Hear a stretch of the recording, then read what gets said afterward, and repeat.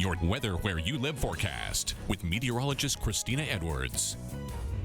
Some of us saw some sunshine earlier this afternoon, but since the clouds have spread in, it's a nice overcast evening here, keeping our temperatures down. Instead of being up in the upper 80s, we're in the lower 80s right now, and it is still on the humid side with dew points, a measure of humidity or moisture in the atmosphere at the 60-degree mark right now, but winds are rather light out of the south at 3 miles per hour. We're 83 right now as opposed to a high of 86 earlier today, but that's right on par for the first day of June. We started off on the average note as well with a low of 65, just a degree warmer than average, but I will call it right about even for what we should be, nowhere near our record of 97 of 2011 or as low as 45 back in 1972.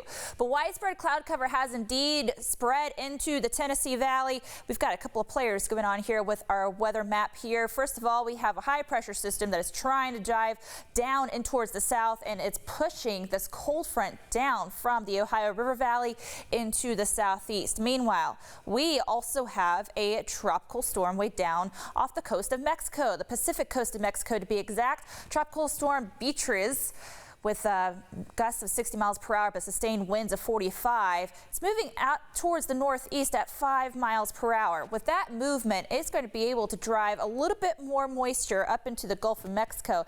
You can see that in the clouds here, how they continue to spread over the Gulf. Meanwhile, we also have a Bermuda high out in the Atlantic right now. Air is flowing clockwise around it. It is driving that warm, humid air up into the Tennessee Valley. All that to say that the humid air is not going anywhere because this cold front is not going to be able to make it all the way down until later on this weekend. So tonight, partly cloudy, a little on the muggy side, low about 65 degrees. Not too bad, though. The wind is going to be calm. Here's what you can expect for tomorrow, though. Notice how we are going to start off in the 60s, but quickly warm up to 76 by 9 a.m.